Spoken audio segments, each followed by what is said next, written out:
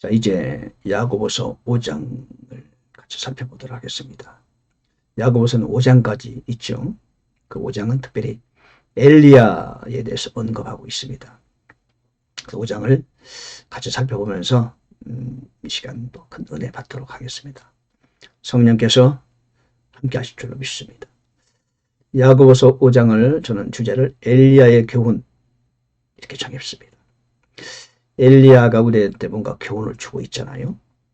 첫 번째 소재로는 부자에게 임하는 저주. 왜 부자는 저주가 임할 수 있을까? 부자라고 저주를 받아야 되나? 그런 문제죠.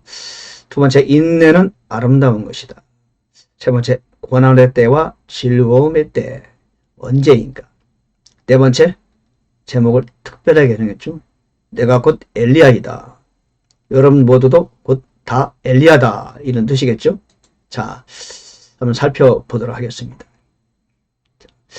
1장 1절에 보니까 5장 1절 야고보서 5장 1절에 보니까 이런 말씀이 있어요.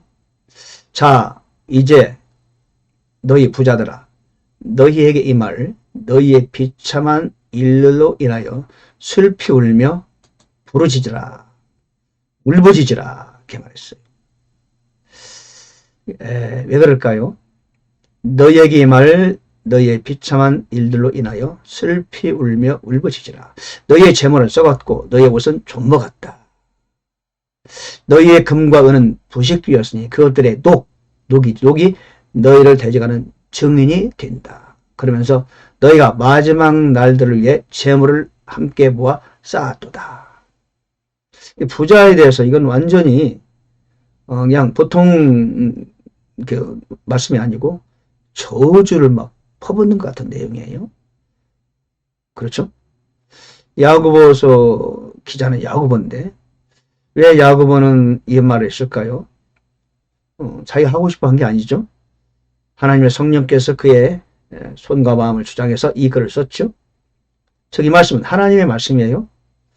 너희에게 이 말 너희의 비참한 일들로 인하여 슬피 울며 울부짖으라. 왜 부자에게 특별히 자 이제 너희 부자들아 그랬어요. 왜 부자들에게 이런 저주가 임하는 걸까요? 쉽게 이해가 안 가죠? 부자는 뭐가 잘못인가? 여러분 말이에요.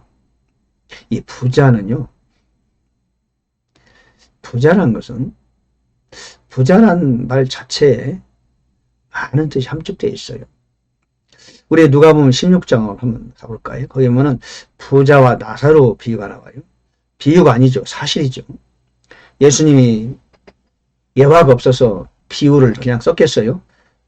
사실이 있죠. 어떤 내용입니까?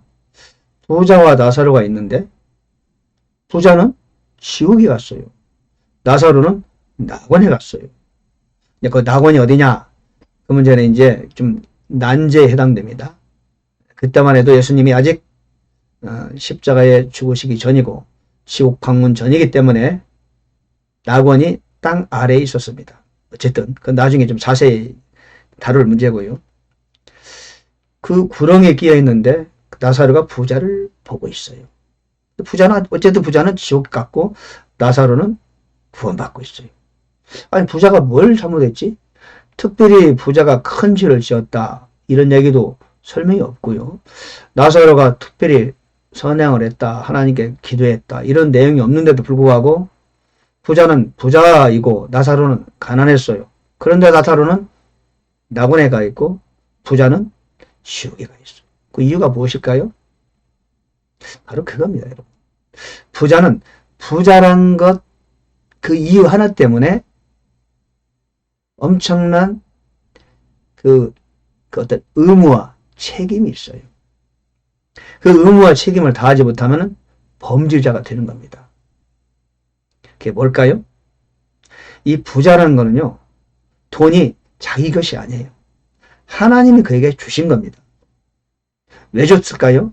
하나님이 재물 관리자로 준 겁니다.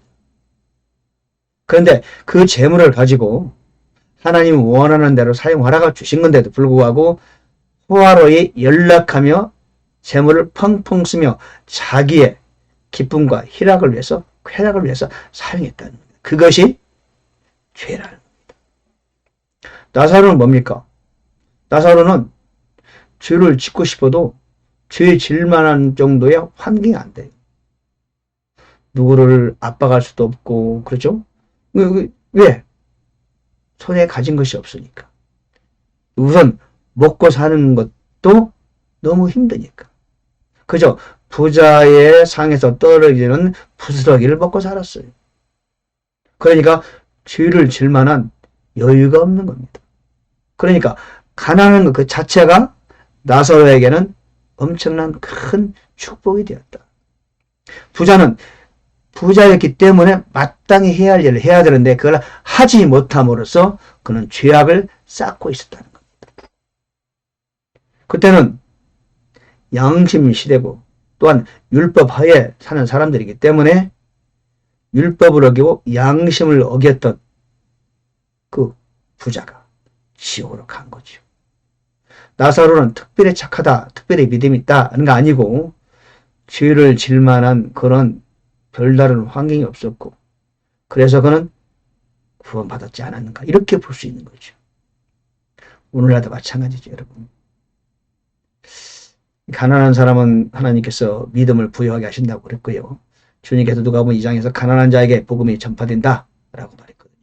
그 보통 보면은 이 복음은 가난한 자에게 흐르는 겁니다. 가난한 자들에게 복음은 자연스럽게 흘러요. 근데 부자에게는 그게 어렵습니다. 부자는 하나님이 주신 그 재물을 하나님이 원하시는 대로 하나님의 재정 관리자로서 잘 사용해야 되는데 대부분의 부자들이 그렇습니까? 호화로이 연락하고 육신의 쾌락과 그렇죠? 편히 살기 위해서 자기만을 위해 쓰잖아요. 그게 그들에게는 비참한 결과를 가져오게 된다는 겁니다. 그러므로 부자라는 것은 더 큰 엄중한 짐을 지고 있다 이렇게 생각하시면 돼요. 여러분 혹시 성경을 강의 듣는 중에서 여러분 부자 계십니까? 그러면 주의해야 됩니다. 돈을 지금 하나님께서 여러분에게 지금 재정 관리자로 맡겨주셨어요. 하나님 대신 이 재정을 잘 관리하고 재정을 사용할 의무와 책임감을 가져야 됩니다. 왜? 그로 인하여 후에 심판의 도구가 되고 조건이 될 수 있다는 겁니다. 부자는 그만한 책임감을 가져야 됩니다. 부자가 꼭 좋은 건 아니에요. 그렇죠? 자, 두 번째는 인내는 아름답다. 있어요. 실제로 보니까 형제들아 주께서 오실 때까지 인내하라. 그렇죠? 농부는 오랫동안 귀한 열매를 바라고 그것을 위해 인내하느니라. 너희도 인내하고 마음을 굳건히 하라. 주의 오심이 가까이 다가오고 있느니라. 그렇죠? 이렇게 말하고 있습니다. 그러면서 내 형제들아 주의 이름으로 말한 선지자들을 고난 당하는 것과 인내의 본으로 삼아라. 구약에 많은 대언자들이 다 고난과 참 역경 속에 다 지나면서 인내했죠. 그 본으로 삼으라는 겁니다. 마음을 굳건히 하라는 겁니다. 주께서 가까이 오고 있다는 것입니다. 서로 불평하지 말라고 그럽니다. 인내하라고 합니다. 인내. 열매를 바라보며 인내하는 겁니다. 농부가 농사를 짓죠. 저도 잠깐 농사를 본격적으로 진 적은 없지만 접은 적이 있어요. 봄에 씨앗을 뿌리면요. 가을까지 기다려야 돼요. 자주 나가서 이렇게 풀도 뽑아주고 물도 주고 햇빛을 덮어주기도 하고 정성을 기울입니다.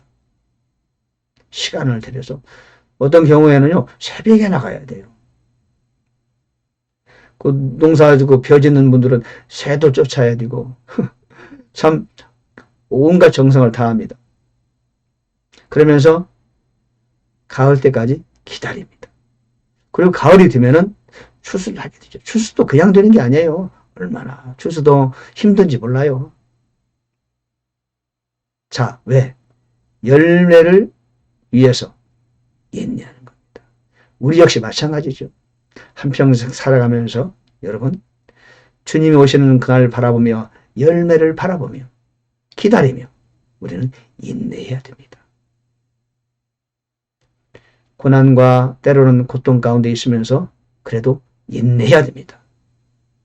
고난을 즐겁게 받으며 주님 바라볼 그날을 인내하는 겁니다. 상 받을 그날을 바라보며 인내하는 거죠. 사도 바울도 그렇게 인내하며 감옥으로 어려운 고난과 환난 가운데서도 그는 인내하며 그날을 기다렸어요. 인내는 아름다운 것이다. 세상에서 인내를 아름답게 보죠. 고진감래. 그렇죠. 네. 고통에 당하면은 이제 좋은 것이 온다. 이런 말 아니겠습니다. No pain, no gain.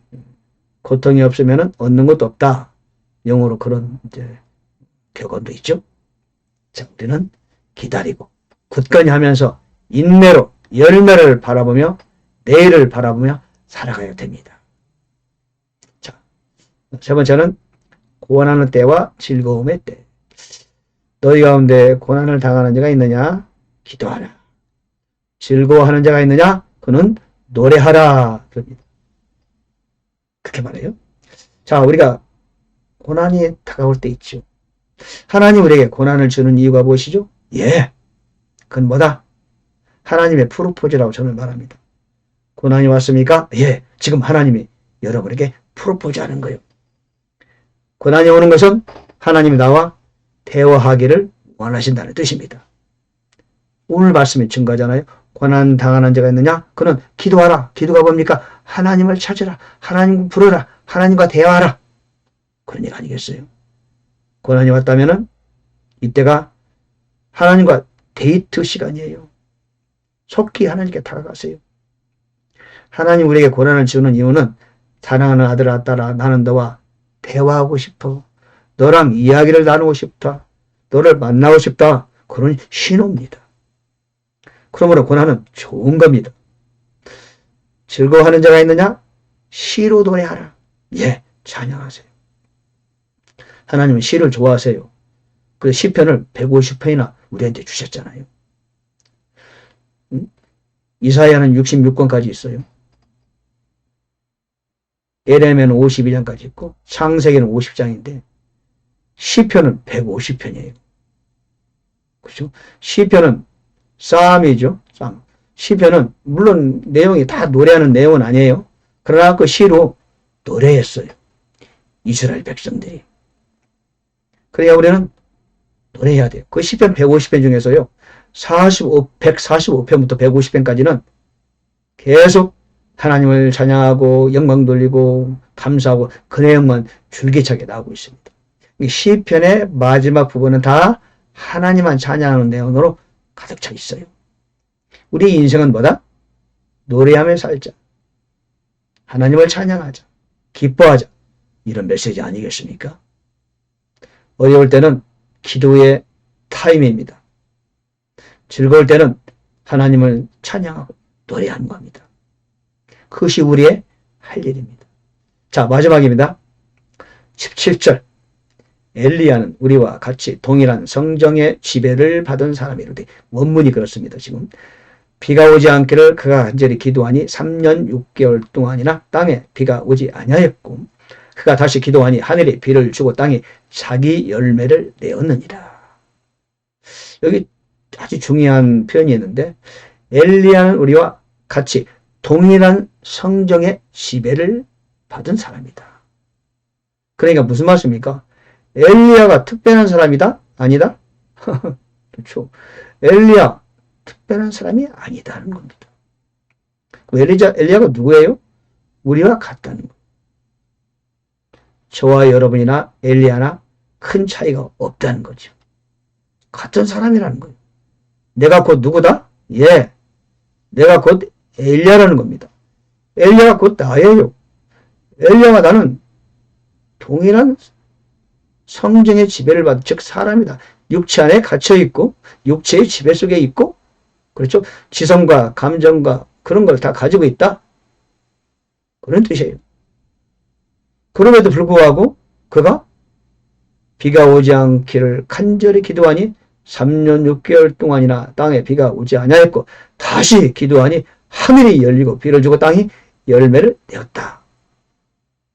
즉 당신과 엘리야는 같다 그런 뜻이잖아요. 나와 엘리야는 같은 조건이라는 뜻이에요. 엘리야라 해서 특별히 하늘에서 떨어진 자가 아니라 이런 뜻이에요. 즉 나도 엘리야처럼 될 수 있다. 맞죠? 여러분 성경에 나오는 구약에 나오는 모든 사람들은 우리와 같은 거예요. 만약 그들이 특별한 사람이라면 구약에 그런 사람이 등장하면 안 되겠죠. 구약의 모든 이야기는 신약도 마찬가지지만 우리에게 교훈을 주게 하는 것이다. 즉 엘리야의 엄청난 기적과 역사가 있었다. 그건 오늘의 나도 동일한 기적과 역사를 일으킬 수 있다. 하나님은 나를 통하여 동일하게 엘리야와 같이 역사할 수 있다. 이런 뜻 아니겠어요? 맞잖아요? 엘리야만 특별하다. 나는 아니야. 이거는 하나님이 기뻐하는 자세가 아니죠? 자, 우리는 이 시대도 내가 곧 엘리야야. 가능하다. 나는 다니엘처럼 살 수도 있다. 솔로몬처럼 하나님께 구하면은 1000번째의 정성으로 구하면은 나도 그렇게 지혜와 지식을 얻을 수 있다. 그거를 증명하기 위해서 구약을 우리에게 주신 거 아니겠습니까? 그러므로 우리는 기회가 있어요. 나이 먹어서 안 돼? No.